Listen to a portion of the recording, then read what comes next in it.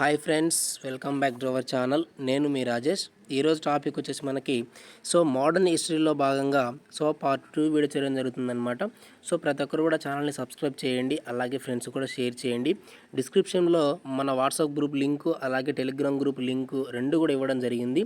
వాటిలో మీరు జాయిన్ అవ్వండి. ఎనీ అప్డేట్స్ మీకు ఆ గ్రూప్లో షేర్ చేయబడుతుందన్నమాట. ఈరోజు క్లాస్ మనకి మోడర్న్ హిస్టరీలో భాగంగా గ్రూప్ 2 వీడియో ఇక్కడ మనకు పార్ట్ 2 వీడియో అండి. ఇక్కడ మనకి పార్ట్ 1 వీడియో ఆల్రెడీ మన ఛానల్లో అప్లోడ్ చేయడం జరిగిందనమాట. ఇది పార్ట్ 2 వీడియో. ప్రతి ఒక్కరు కూడా పార్ట్ 1 వీడియో చూసి తర్వాత పార్ట్ 2 వీడియో అయితే చూడండి. ఇక్కడ మనం టాపిక్లోకి వచ్చినట్లయితే వన్ బై వన్ అయితే డిస్కస్ చేద్దాం. ఫస్ట్ వన్ వచ్చేసి సహాయ నిరాకరణోద్యమంపై చర్చించేందుకు 1920లో ప్రత్యేక కాంగ్రెస్ సమావేశం కలకత్తాలో జరిగింది. అయితే ఆ సమావేశ అధ్యక్షుడు అడిగారండి. ఇక్కడ చూడండి, సహాయ నిరాకరణోద్యమం ఎప్పుడు జరిగిందంటే 1920లో జరిగింది. ఎక్కడ జరిగిందంటే కలకత్తాలో జరిగిందండి. ఆ సమావేశానికి అధ్యక్షుడు ఎవరు అంటే లాలా లజపతి రాయ్ గారు ఆ సమావేశానికి అధ్యక్షుడిగా ఉండడం జరిగింది. ఈ అంశాన్ని గుర్తుపెట్టుకోండి. మనకి ఒక క్వశ్చన్లో 2-3 బిట్స్ రావడానికి అయితే అవకాశం అయితే ఉంటుందన్నమాట. కొన్ని క్వశ్చన్స్కి అవి కూడా గుర్తుపెట్టుకోవాల్సి అయితే ఉంటుందన్నమాట. నెక్స్ట్ వన్ వచ్చేసి ఇక్కడ సహాయ నిరాకరణోద్యమంలో భాగంగా గాంధీజీ చేపట్టిన విదేశీ వస్త్రాల దహనాన్ని వ్యతిరేకించిన వారు ఎవరు? ఓకేనా. దీన్ని వ్యతిరేకించింది ఎవరంటే రవీంద్రనాథ్ ఠాగూర్ గారండి. ఓకేనా. నెక్స్ట్ వన్, సహాయ నిరాకరణోద్యమం ప్రారంభించడానికి తక్షణ కారణం. సహాయ నిరాకరణోద్యమం ప్రారంభించడానికి తక్షణ కారణం ఏంటి అంటే 1919 మాంటేగ్ చేమ్స్ఫర్డ్ సంస్కరణలపై అసంతృప్తి. ఓకేనా. 1919 మాంటేగ్ చేమ్స్ఫర్డ్ సంస్కరణలపై అసంతృప్తిగా ఉండడంతో సహాయ నిరాకరణోద్యమాన్ని ప్రారంభించడానికి తక్షణ కారణం అన్నమాట. ఓకేనా. దానివల్లే అది మనకు స్టార్ట్ అయిందని చెప్పడం జరుగుతుంది. Okay. Next one, Rabindranath Tagore తన నైట్హుడ్ బిరుదును వదులుకోవడానికి కారణం. రవీంద్రనాథ్ ఠాగూర్ గారు తన నైట్హుడ్ బిరుదును వదులుకోవడానికి కారణం ఏంటి అంటే జలియన్ వాలాబాగ్ సంఘటన. ఓకేనా. ఈ సంఘటన ద్వారా రవీంద్రనాథ్ ఠాగూర్ గారు తన యొక్క బిరుదు అయినటువంటి నైట్హుడ్ను వదులుకోవడం జరిగింది. ఓకేనా. ఇక్కడ ఇంకొక విషయం అబ్జర్వ్ చేస్తే మనకు ఎగ్జామ్ పాయింట్ ఆఫ్ వ్యూలో ఇంకొక క్వశ్చన్ కూడా ఉందండి. రవీంద్రనాథ్ ఠాగూర్కి ఏ బిరుదు ఉంది అంటే నైట్హుడ్ బిరుదు ఉంది, లేదా నైట్హుడ్ అనే బిరుదు ఎవరికి ఉంది అంటే రవీంద్రనాథ్ ఠాగూర్ గారికి ఉందని ఇక్కడ మనం ఎగ్జామ్ పాయింట్ ఆఫ్ వ్యూలో అన్ని రకాలుగా అబ్జర్వ్ చేయాల్సి ఉంటుందన్నమాట. నెక్స్ట్ వన్ అండి, సహాయ నిరాకరణోద్యమ కాలం. సహాయ నిరాకరణోద్యమం జరిగినటువంటి కాలం వచ్చేసి ఇక్కడ మనకి 1920 నుంచి 1922 వరకు అయితే జరిగిందనమాట. నెక్స్ట్ వన్, సహాయ నిరాకరణోద్యమంలో ₹1,00,00,000తో స్వరాజ్య నిధిని ఎవరి పేరు మీద ఏర్పాటు చేశారు? సహాయ నిరాకరణోద్యమంలో ₹1,00,00,000తో స్వరాజ్య నిధిని ఎవరి పేరు మీద ఏర్పాటు చేశారంటే ఇక్కడ బాలగంగాధర్ తిలక్ పేరు మీద ఇక్కడ మనకి ₹1,00,00,000 స్వరాజ్య నిధిని ఇవ్వడం జరిగిందనమాట. ఓకేనా. నెక్స్ట్ వన్, సహాయ నిరాకరణోద్యమంలో విద్యాలయాల బహిష్కరణలో భాగంగా మొదటి జాతీయ కళాశాలను కలకత్తాలో 1921లో ఏర్పాటు చేశారు. అయితే దాని ప్రిన్సిపల్గా ఎవరిని నియమించారు? ఓకేనా. కలకత్తాలో మొదటి జాతీయ కళాశాలకు మొదటి ప్రిన్సిపల్గా ఎవరిని నియమించారంటే సుభాష్ చంద్రబోస్. నెక్స్ట్ వన్, సహాయ నిరాకరణోద్యమం సందర్భంగా కాంగ్రెస్ నాయకులందరినీ అరెస్టు చేయడంతో 1921 అహ్మదాబాద్ కాంగ్రెస్ సమావేశానికి చిత్తరంజన్ దాస్ స్థానంలో తాత్కాలికంగా అధ్యక్షత వహించిన వారు ఎవరు అంటే హకీం అజ్మల్ ఖాన్ గారు అధ్యక్షత వహించారనమాట. ఓకేనా. నెక్స్ట్ వన్ అండి, భారత జాతీయ కాంగ్రెస్ వార్షిక సమావేశం మొదటిసారిగా ఆంధ్రప్రదేశ్లో ఎక్కడ జరిగింది? ఓకేనా. ఆంధ్రప్రదేశ్లో ఎక్కడ జరిగిందంటే కాకినాడలో జరిగిందండి. చాలా ఇంపార్టెంట్ బిట్ ఇది.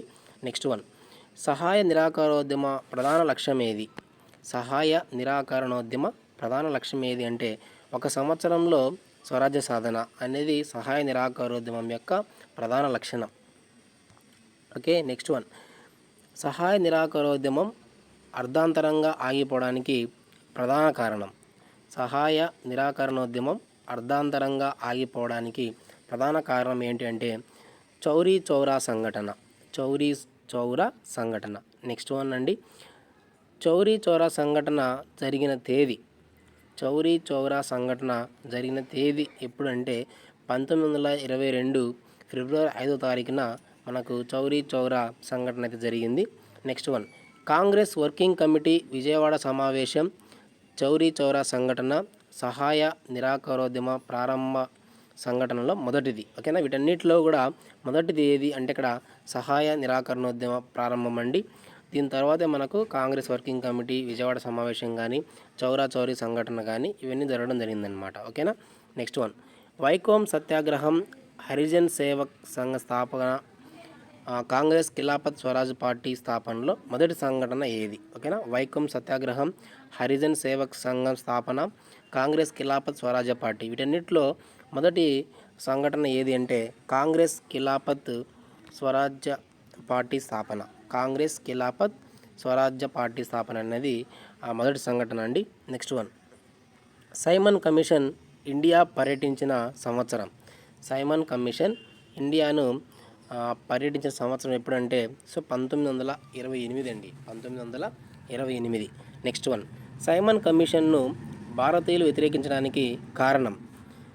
సైమన్ కమిషన్ను భారతీయులు వ్యతిరేకించడానికి కారణం ఏంటంటే సైమన్ కమిషన్లో కనీసం ఒక్కరు కూడా భారతీయులు లేకపోవడాన్ని మన భారతీయులు సైమన్ కమిషన్ను వ్యతిరేకించడం జరిగింది. ఓకేనా. నెక్స్ట్ వన్, సైమన్ కమిషన్ పర్యటనలో జరిగిన వ్యతిరేక ప్రదర్శనలో మద్రాసులో నాయకత్వం వహించిన వారు ఎవరు? సైమన్ కమిషన్ పర్యటనలో జరిగిన వ్యతిరేక ప్రదర్శనలో మద్రాసులో నాయకత్వం వహించిన వారు ఎవరు అంటే టంగుటూరి ప్రకాశం పంతులు. టంగుటూరి ప్రకాశం పంతులు గారు. నెక్స్ట్ వన్, తమకు కావాల్సిన రాజ్యాంగాన్ని రూపొందించుకోవడం భారతీయులకు చేత కాదని హేళన చేసిన వారు ఎవరు?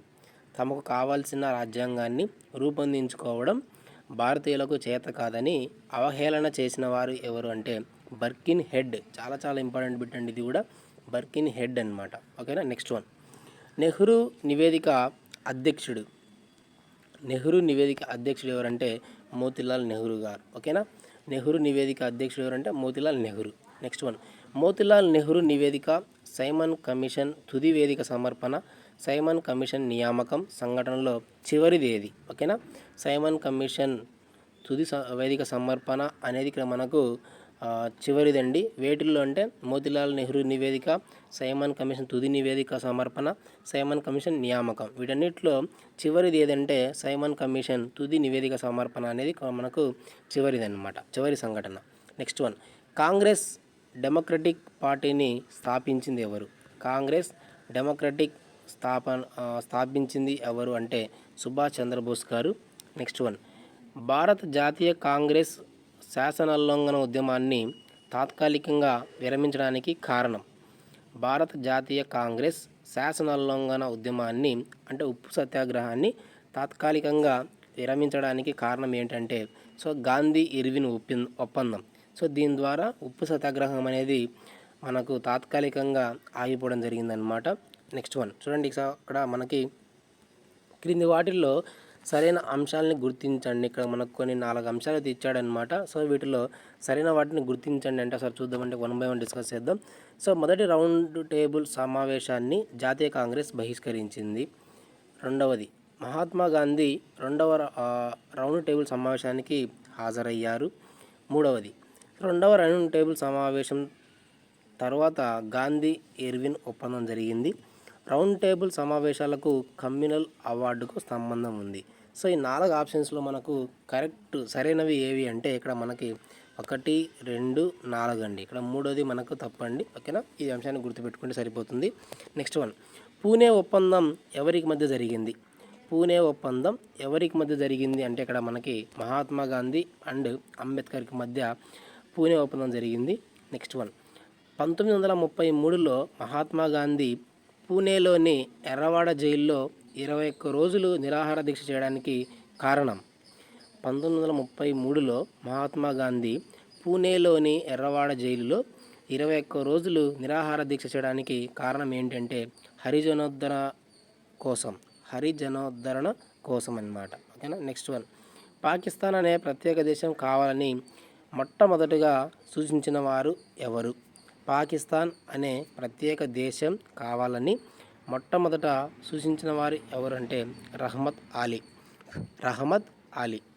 ఫ్రెండ్స్ ఇది మనకి ఆంధ్రప్రదేశ్ మోడర్న్ హిస్టరీకి సంబంధించి పార్ట్ 2 వీడియో అండి. ప్రతి ఒక్కరు కూడా ఛానల్ సబ్స్క్రైబ్ చేయండి. పార్ట్ 1 వీడియో మన ఛానల్లో ఆల్రెడీ అప్లోడ్ చేయడం జరిగిందనమాట. ఇది పార్ట్ 2 వీడియో అండి. సో ప్రతి ఒక్కరు కూడా 2 పార్ట్స్, పార్ట్ 1, పార్ట్ 2, పార్ట్ 3 కూడా మనకు మోడర్న్ హిస్టరీకి సంబంధించి ఇంపార్టెంట్ బిట్స్ చేయడం జరుగుతుంది. సో ఎక్కడ మిస్ అవ్వకూడదు.